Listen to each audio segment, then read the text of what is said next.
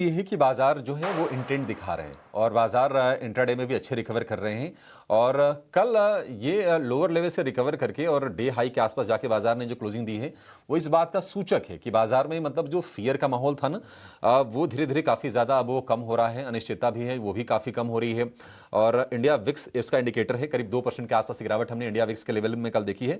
10 के आसपास का इंडिया विक्स है, हालांकि अपने कंफर्ट रेंज में है, लेकिन फिर भी ये इस बात का इंडिकेट जरूर कर रहा है कि वो डर जो है वो नहीं है। डर किस बात का था? डर ट्रेड डील को लेकर था।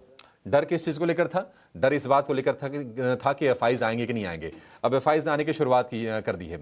ट्रेड डील की अगर बात करें तो कल पीएम मोदी ने सोशल मीडिया पर यह जानकारी दी है कि उन्होंने डोनाल्ड ट्रंप के साथ बातचीत की है और गाजा में जो शांति समझौता जो किया गया है उसके लिए उन्होंने बधाई दी है।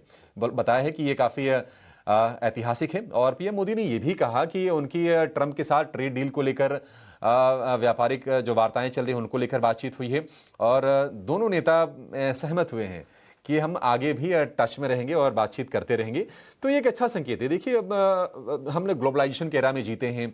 आप एक बड़ी इकोनॉमी के साथ, जो आपका सबसे बड़ा ट्रेडिंग पार्टनर है, जहां पर आप काफ़ी ज़्यादा एक्सपोर्ट करते हैं, आप उससे तनातनी में नहीं जी सकते। आप हो सकता है कि चीन के साथ अपने संबंध करीबी कर लें, लेकिन चीन खुद ही एक एक्सपोर्ट ड्रिवन इकोनॉमी है, तो वहां पर आप अपने प्रोडक्ट बेचने के लिए आप बाजार नहीं तलाश सकते। अमेरिका को काउंटर करने की कोशिश हो सकती है। तो ये एक अच्छी चीज़ निश्चित तौर पर है ये। तो ये एक अच्छी चीज़ है। 4-5 ट्रिगर से मैं फटाफट सामने रखता हूं और मैं प्रोड्यूसर साहब से कहूंगा कि वो जो ग्राफिक्स हमने बनाए हैं स्पेशल, वो भी जरा लेकर आए कि देखिए टीसीएस के नतीजे अनुमान से बेहतर रहे। एआई की बातचीत उन्होंने की है, एक अच्छा ट्रिगर ये है। एफआईज के लगातार तीसरे दिन में बाइंग हुई है कैश में, ये एक बढ़िया ट्रिगर बाजार के लिए है।